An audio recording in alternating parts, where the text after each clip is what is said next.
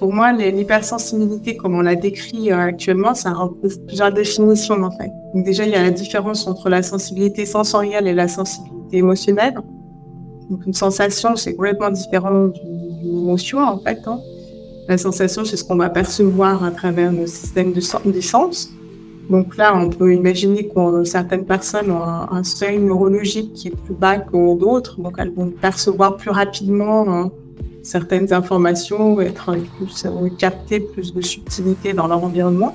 Après, il y a la sensibilité émotionnelle, donc c'est là qu'on rentre dans quelque chose de un peu nébuleux du point de vue scientifique, parce qu'en fait, on ne sait pas de quoi on parle exactement.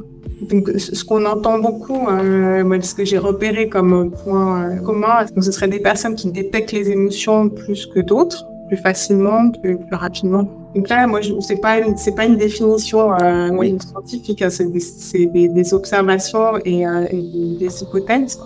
Après, on remarque qu'il y a cette intensité du ressenti qui est toujours partagée. Et aussi, souvent, les personnes qui se disent hypersensibles parlent d'empathie plus élevée. Donc, il y a à la fois ça, il y a la perception des émotions, l'intensité des émotions et l'empathie. Donc ça correspond à rien sur le plan scientifique. En fait, c'est pas un concept, il n'y a rien qui regroupe ces trois caractéristiques. Donc, dans mon livre, j'ai essayé de m'interroger et à la suite de d'autres. C'est pas moi qui ai inventé tous ces questionnements non plus, mais de m'interroger sur cette sensibilité, sur le point de vue scientifique, à quoi ça pourrait correspondre, qu'est-ce qu'on a comme données. Et en fait, on a peu de données aujourd'hui. Alors, ça veut pas dire que ça n'existe pas, mais on a peu de données. À part au niveau des études plus sur la sensibilité à l'environnement de façon générale, là, c'est tout courant d'Elaine Navan, qui montre que certains individus seraient plus sensibles à leur environnement, mais là, de nouveau, de quoi on parle exactement, c'est pas très clair.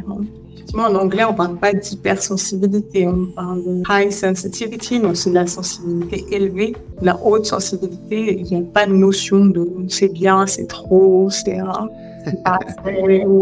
Donc, bien qu'on puisse critiquer sa théorie, moi je trouve que l'utilité, c'est qu'elle a développé cet outil, puis elle a commencé à faire des études scientifiques sur le domaine, donc ça a des premiers pas.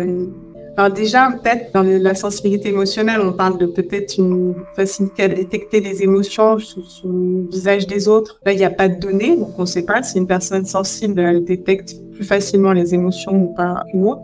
Au niveau de l'intensité du ressenti, qu'est-ce qui fait qu'on a une intensité de ressenti? Donc ça, c'est très subjectif en fait, l'intensité du ressenti. Et ça peut venir de plein de choses. Et donc, comme tu sais, une émotion, c'est une réaction à une situation en fait. Donc ça va dépendre de l'analyse qu'on a de la situation qui va faire naître cette réaction chez nous. Donc peut-être que l'intensité du ressenti peut venir de la façon dont on interprète la situation. Ça peut peut-être venir de ces réactions physiologiques qui sont plus importantes chez certaines personnes que chez d'autres. Donc, on sait vraiment pas, en fait. Ça rend difficile de répondre à ta question. C'est pour ça que j'en ai encore.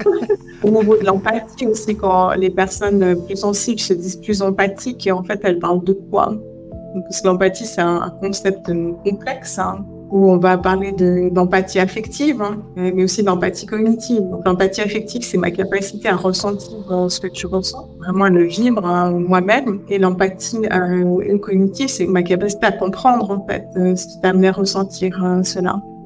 Donc, ce domaine-là, on n'a pas de données non plus. Donc, il y a quelques données qui montrent que peut-être le cerveau des personnes plus sensibles s'active plus au niveau des zones d'empathie affective.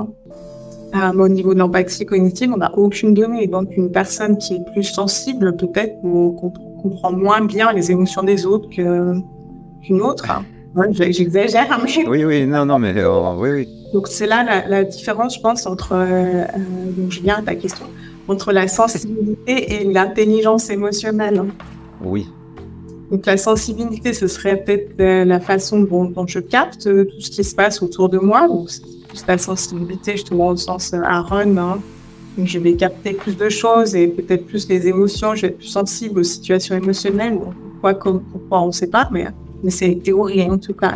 Si on est plus sensible au sens réactif, comme ça, à ce qui se passe dans l'environnement, Est-ce que ça fait de nous quelqu'un de plus intelligent émotionnellement? C'est pas évident non plus. Là, il n'y a aucune donnée qui montre que c'est le cas. Même au contraire, on peut imaginer que si on est plus sensible, on va être peut-être plus facilement en saturation, plus facilement débordé, ce qui va faire que ça va être plus difficile d'utiliser les émotions, de les comprendre, mais pas toujours. Oui, mais si on prend la sensibilité comme justement, par exemple, le fait de ressentir les odeurs plus fort, on peut ressentir les odeurs plus fortes et être intelligent pour les analyser aussi. Les deux sont deux choses différentes finalement. Donc effectivement, on peut être tellement submergé par l'odeur qu'on va fuir et puis on ne découvrira jamais ce qu'il y avait derrière la porte. Ou alors se dire ouais, là, je sens quelque chose de très fort, mais j'arrive à me réguler, me dire bon bah c'est pas grave, je relativise et tout.